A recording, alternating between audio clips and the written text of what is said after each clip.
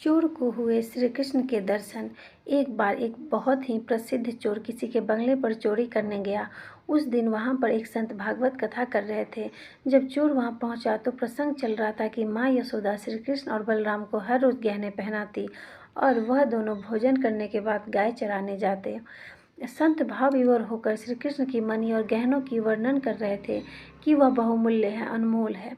चोर का ध्यान चोरी से हट गया और वह सोचने लगा कि इस संत से उन दोनों भाइयों का पता पूछ लेता हूँ कि दोनों भाई कौन से स्थान पर गाय चराने जाते हैं। मैं उनके गहने छीन लूँगा और माला माल हो जाऊँगा। श्री कृष्ण की लीला देखिए। उस चोर ने पहले कभी भी भक्ति भाव के प्रसंग सुने ही नहीं थे, क्योंकि उसकी संगति ही चोर उचक्कों की थी। वह तो बस चोरी, झीना झपटी और मार काट ही जानता था। अब वह संत की प्रतीक्षा करने लगा कि कब वह इस सुनसान रास्ते से गुजरे और मैं दोनों बच्चों का पता पूछ सकूं। संत को आते देख चोर ने उन्हें चाकू दिखाया और कहने लगा, उन दोनों बच्चों का पता बता जिनके बारे में तू बंगले में बता रहा था कि उनके गहनों का मूल्य तो अनमोल है, मूल्यवान है। संत ने समझाना चाहा, भाई मैं तो भागवत कथा का प्रसंग सुना रहा था। लेकिन संत को लगा कि यह ज्ञान की बातें इस मूड को समझ नहीं आएगी कि उसके दिमाग में गहनों का ही ख्याल घूम रहा था।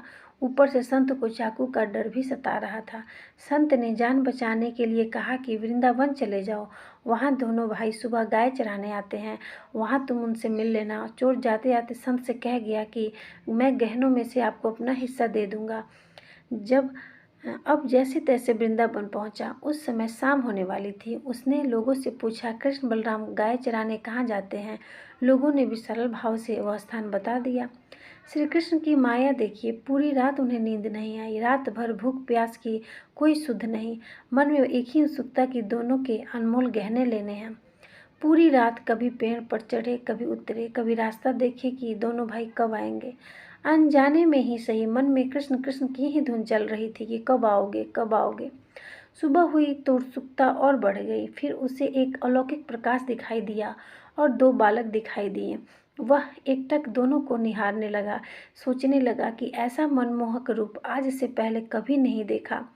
कभी उसे स्मरण आया कि मुझे इनके गहने लेने हैं और उनमें से संत जी को भी हिस्सा देना है। वह जैसे ही कृष्ण और बलराम को धमका कर गहने छीनने लगा, प्रभु का वह स्पर्श उसे बहुत ही अलौकिक लगा। प्रभु ने अपनी इच्छा से उसे गहने ले जाने दिए। फिर से वह उन संत की प्रतीक्षा करने लगा। संत जी के आते ही कहने लगा, अपना हिस्सा ले लो, मैं दोनों बालकों के गहने ले आया हूँ। संत जी हैरान परेशान, अरे भाई तू किन बालकों के आभूषण ले आया है, भूल गए क्या? कृष्ण और बलराम का पता आपने ही तो बताया था। मैंने बालकों से उनका नाम पूछा था, उन्होंने अपना नाम कृष्ण और बलराम ही बताया था। संत जी कहने लगे कि मुझे भी उन बालकों से मिलना है, मुझे भी ले चलो। दोनों उस स्थान पर पहुँचे। चोर को दोनों दिखे पर संत जी को नहीं दिखे। चोर ने श्री कृष्ण और बलराम से कहा, आप संत जी को क्यों नहीं दिख रहे हैं? आपको उन्हें भी दिखना पड़ेगा, नहीं तो वे मुझे झूठा कहेंगे। भक्त की जिद के कारण प्रभु ने संत जी को भी दर्शन दिए। संत जी कहने लगे, प्रभु मैं तो कई सालों से भागवत कथा कर रहा हूँ, लेकिन आपने मुझे कभी दर्शन नहीं दिए, जबकि चोर ने तो आपके नाम की महिमा और रूप के बारे में कुछ जानता भी नहीं, फिर भी उसे दर्शन दिए। प्रभु ने कहा, तुमने मुझे कभी उस भाव से पुकारा ही नहीं। प्रभु कहने लगे, अनजाने में ही से उसे संत के कहे वचनों पर दृढ़ विश्वास था। चाहे वह मेरे बारे में कुछ नहीं जानता था, लेकिन ईश्वर को पाने के लिए जो व्याकुलता होनी चाहिए उस समय उसमें थी। कभी पेड़ पर चढ़ता, कभी उतरता, और उसके मन में मेरे नाम की ही धुन चल रही थी। इसलिए मैं उस पर रीझ गया और उसके समीप आ गया। संत की संगति का यही तो परिणाम होता है। तो अब चोर भी संत की संगति में श्री कृष्ण का परम भक्त बन गया, क्योंकि अब वह भी श्री कृष्ण की कृपा प्राप्त कर चुका था। दोस्तों, आपको ये कहानी कैसी लगी? अच्छी लगी हो तो मेरे चैनल को एक लाइक और सब्सक्राइब कर दें और कमेंट में लिख दें, जय श्री कृष्णा।